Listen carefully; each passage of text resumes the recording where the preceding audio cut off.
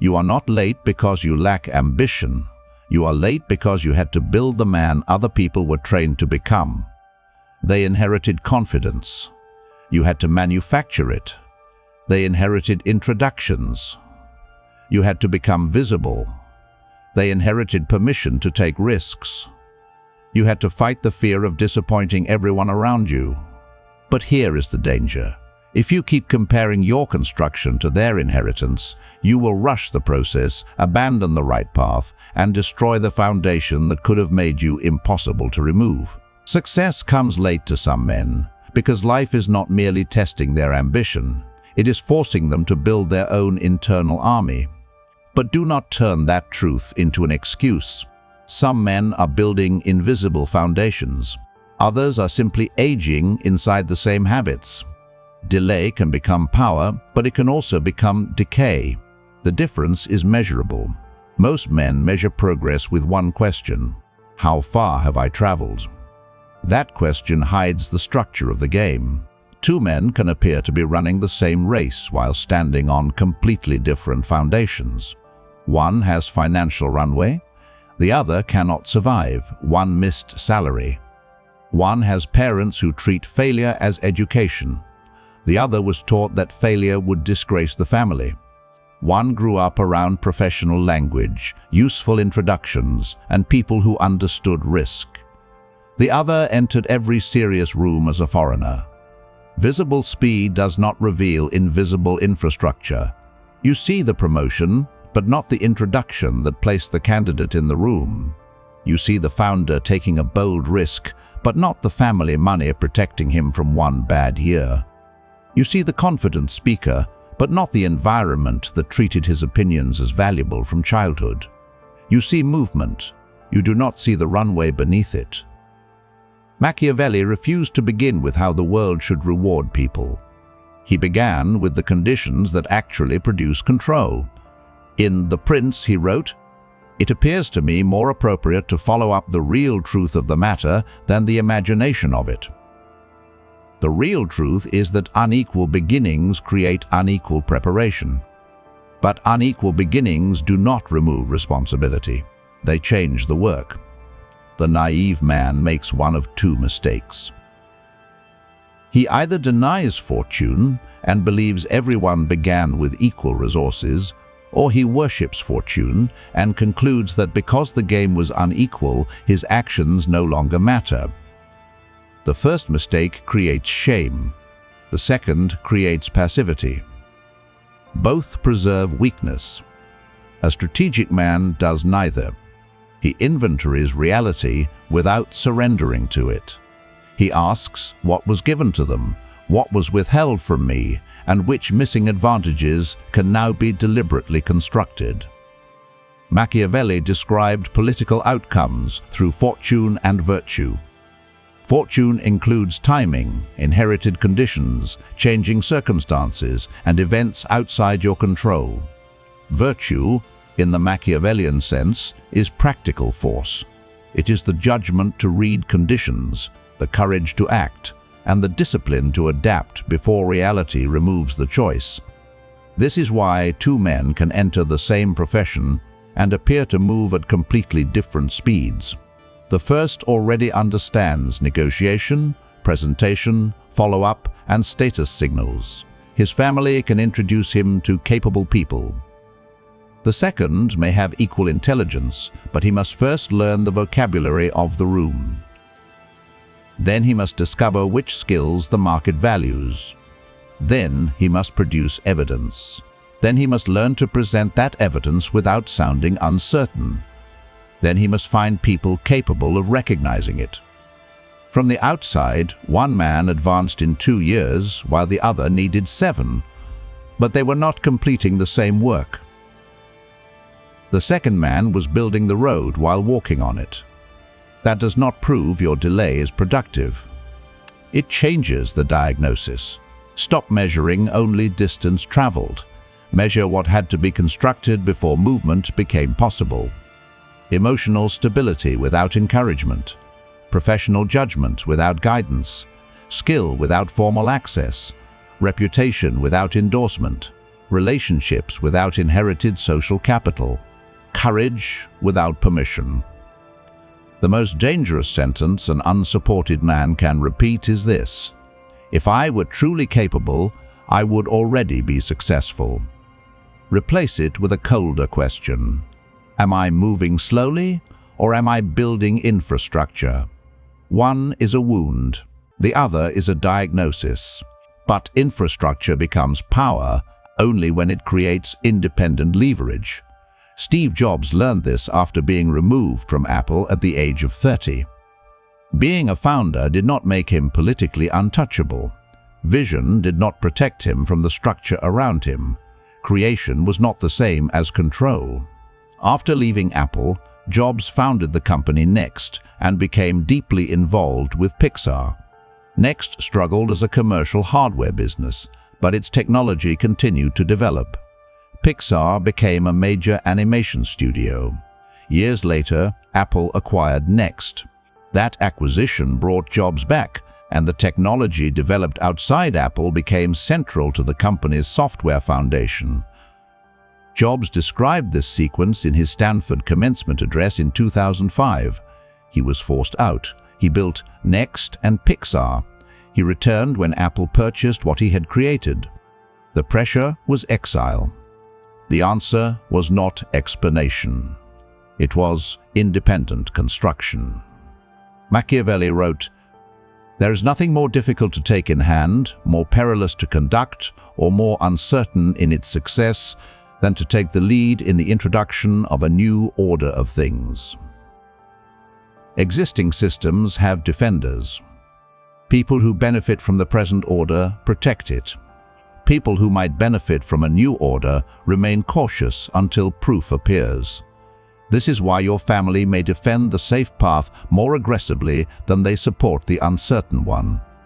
It is why an employer may praise your potential while refusing to increase your authority.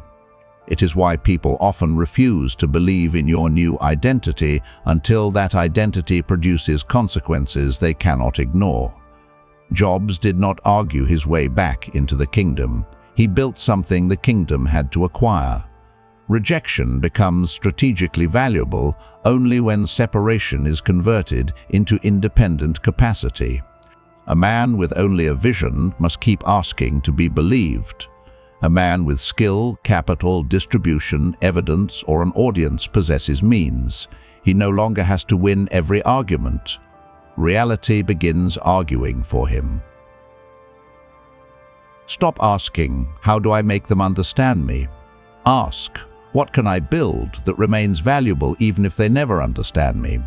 If this is the kind of truth you came here for, like the video, subscribe to Depths of Psyche and write the word leverage in the comments. Do it as a decision. Stop explaining what you intend to become. Start building what others will have to recognize. But one successful product can still be dismissed as luck. The deeper form of late success appears when competence survives repeated failure long enough to meet a market that finally needs it. NVIDIA was founded in 1993. Its early years were not a clean march toward dominance. The company made serious technical misjudgments. Its first approach to graphics was poorly positioned for the standards that prevailed, and the business faced moments when survival was uncertain. The real pressure was not competition alone. It was the discovery that the original architecture could become a dead end. The founders could defend the sunk cost, protect their pride, and disappear. Or they could admit that their assumptions were wrong while there was still enough time and capital to change direction. They changed. NVIDIA rebuilt its position around a different graphics architecture. The Riva 128 became an early commercial breakthrough. The company later developed graphics processing technology and long-term computing infrastructure that placed it at the center of accelerated computing and artificial intelligence. The later market did not create NVIDIA's competence. It revealed competence accumulated before the market fully understood its value. Machiavelli wrote, He who has relied least on fortune is established the strongest. This does not mean fortune is irrelevant. It means favorable conditions reward the actor who has already built the means to exploit them. Opportunity does not produce equal outcomes. It magnifies prior preparation. When a new technology appears, some men begin learning. Others have been building adjacent competence for 10 years. When attention enters a market, some people chase it. Others already control the infrastructure beneath it. When a position opens, one man applies with confidence. Another arrives with documented proof that makes the decision less risky. If you interpret visible success as sudden, you will imitate the final move while ignoring the accumulated foundation. You will copy the product without the technical judgment. The public image without the operational discipline. The risk without the financial runway. The confidence without the evidence that created it. What the public calls sudden success is often stored competence meeting the correct conditions. But stored competence is not time served. It is lessons retained from failure, technical skill that compounds, judgment refined through consequences, relationships built before they are needed, and resources preserved long enough to survive a changing market. You do not need to feel proud that success has taken longer. Pride is irrelevant. You need to know whether the delay has increased your capacity. If it has not, you are waiting. If it has, you are storing force. And stored force becomes durable only when it rests on 4 foundations. Emotional command, economic capacity, reputational proof, relational access. Time builds none of them automatically. The first foundation is emotional command. Confidence is not the belief that you will win. Confidence is the evidence that you can continue functioning when winning is not yet visible. A supported man can borrow confidence from his environment. Parents reassure him. Mentors correct him. Friends normalize risk. Institutions tell him that he belongs. An unsupported man often has none of this. He has to manufacture internal order without becoming trapped inside his own emotions. Machiavelli wrote, "Nature creates few men brave. Industry and training makes many." Then he made the point even colder. Discipline in war counts more than fury. His subject was military formation, but the mechanism is still useful. Stability is not something you wait to feel. It is something you train through repeated obedience to a structure. Many men call themselves inconsistent when they are actually emotionally governed. They work when they feel hopeful. They stop when the response is weak. They publish when they expect praise. They disappear when the market remains silent. They make plans after watching something inspiring. Then ordinary life returns, the emotion fades, and the plan disappears with it. Their routine is not a command structure. It is a negotiation with mood. This is why one criticism can destroy 3 days of work. Why one failed attempt can make a man question a skill he has practiced for only 3 months. Why one low-performing project can corrupt an entire strategy. The emotional foundation is the ability to preserve function when approval disappears. It is built through fixed production standards, promises small enough to be repeatedly honored, exposure to measurable feedback, and a routine that does not require an audience. Confidence is not inherited emotion.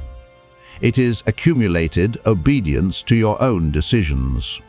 But emotional control without economic value only makes you calm while remaining replaceable.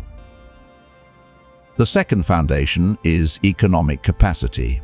Hard work is not power. Hard work becomes power only when it creates an ability that other people cannot easily replace. The unsupported man cannot afford to confuse exhaustion with construction. Every position has a central competence.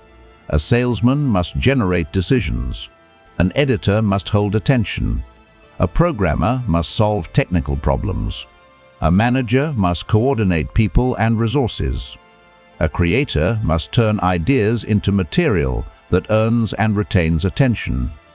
An entrepreneur must reduce uncertainty for a specific buyer. You can work intensely around the craft while avoiding the craft itself. A man says he wants financial independence, but he spends more time consuming information than producing a marketable result. He studies 10 skills and becomes dangerous in none. He collects certificates but cannot show an outcome. He mistakes familiarity with a subject for the ability to perform under pressure. The market may be unfair. Connections may matter. Timing may matter. Appearance may influence judgment. But even an unfair market still distinguishes between vague potential and demonstrated utility. Ask a brutal question. What becomes faster, safer, cheaper, clearer, more profitable, or more effective because you are involved? If you cannot answer, your effort may still have dignity, but it has not yet become leverage. Economic power begins when your labor stops being generic and starts producing an outcome that can be measured. But even a valuable skill remains weak when nobody can verify it. The third foundation is reputational proof. Potential that cannot be seen is treated as potential that does not exist. You may hate this. The world remains unchanged by your hatred. Machiavelli wrote, "Men judge generally more by the eye than by the hand, because it belongs to everybody to see you, to few to come in touch with you." He also wrote, "Everyone sees what you appear to be, few really know what you are." The point is not that reality is meaningless. The point is that private reality cannot fully govern public judgment. This is why the quiet, competent man is often overlooked. He believes good work will speak for itself. But work has no mouth. It speaks through visible results, documentation, advocates, distribution, presentation, and repeated association with a specific capability. Imagine two men with similar ability. The first completes strong work but keeps no record. He cannot explain what changed because of his contribution. He assumes his manager remembers. He waits for recognition. The second documents the original problem, the action he took, and the measurable result. He communicates without exaggeration. He creates a portfolio. He makes uncertainty smaller for the next person considering him. Which man appears safer to hire? Which man appears easier to recommend? Which man can negotiate from evidence rather than memory? Their competence may be equal. Their reputational power is not. Reputation is compressed evidence. Build it through before and after examples, case studies, quantified outcomes, published work, and clear proof that connects your name to a useful result. Build reality first. Then make reality visible. Unseen competence is private satisfaction. Visible proof is public leverage. But proof can still remain trapped when it has no route into the right rooms. The fourth foundation is relational access. No network does not mean no future. But pretending relationships do not matter is not independence. It is blindness. Information travels through people. Trust travels through people. Introductions travel through people. Opportunity often moves through relationships before it becomes public. Research published in Nature found that economic connectedness, especially relationships across socio-economic groups, was strongly associated with upward economic mobility. Relationships do not mechanically guarantee success, but access changes what you see, who sees you, and how quickly trust can travel. The naive response is resentment. Connected people are dismissed as frauds. Every opportunity they receive becomes proof that merit does not matter. But resentment does not create access. The second naive response is desperation. The unsupported man approaches every powerful person as a potential rescuer. He asks for attention before offering value. He forms weak relationships from loneliness.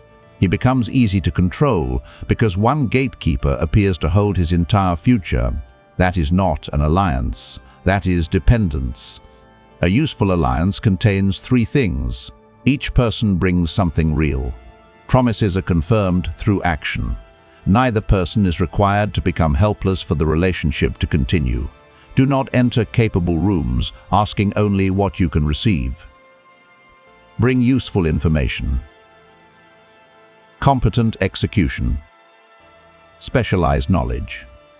Reliable introductions. Access to an audience. The ability to solve a problem.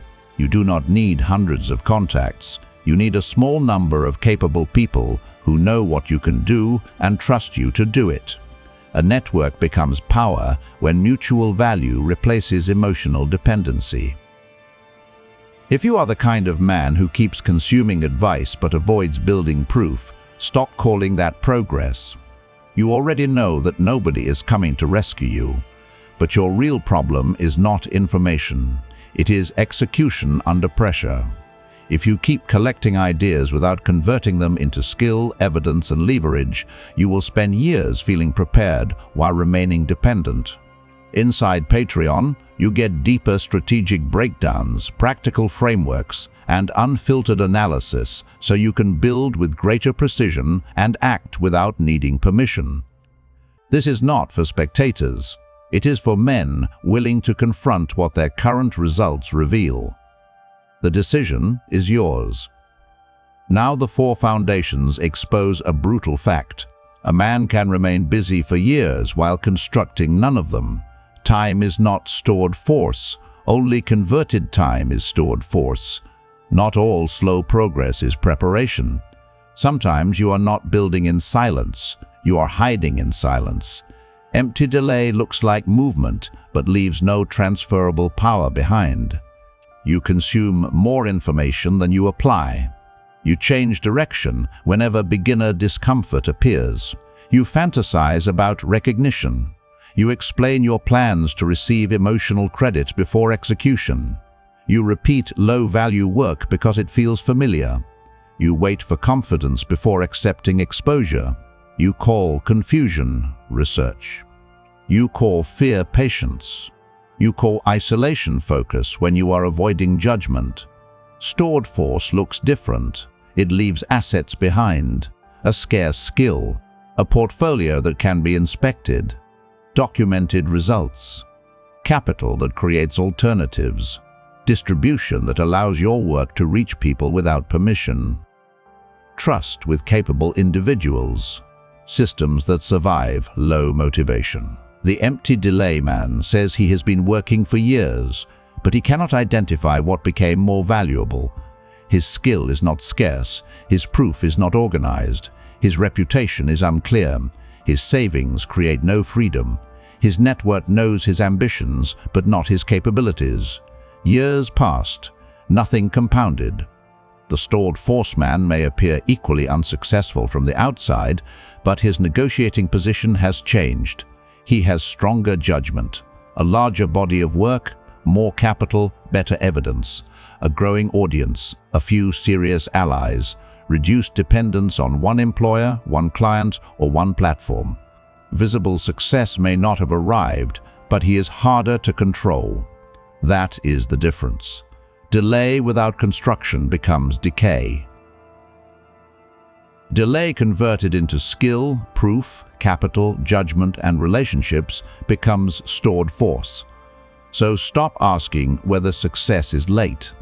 Ask what the delay has purchased. If the answer is nothing measurable, stop romanticizing it. If the answer is stronger foundations, stop insulting the process merely because the market has not recognized it yet. But even a man who is building real foundations can destroy them through comparison. Comparison does not only make you unhappy, it makes you strategically stupid. When you compare your unfinished structure with another man's visible outcome, you begin solving the wrong problem. You quit one cycle too early because beginner difficulty feels like proof of inferiority. You copy someone with different resources. He can invest aggressively because he has capital. You imitate him with debt. He can leave his position because his network can produce another. You leave with no alternative. The action looks identical. The protection beneath it is not. You purchase the appearance of status because symbols are faster than substance. Clothing, devices, experiences, and public images create the sensation of arrival. But status consumption does not reduce dependence. It often increases it. You announce before building.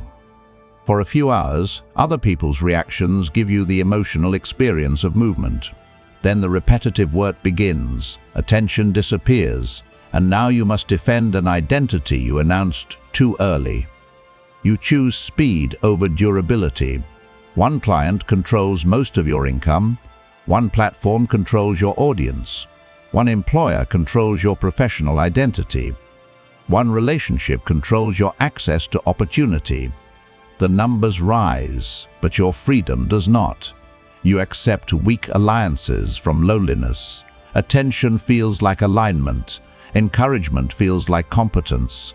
Shared frustration feels like shared discipline.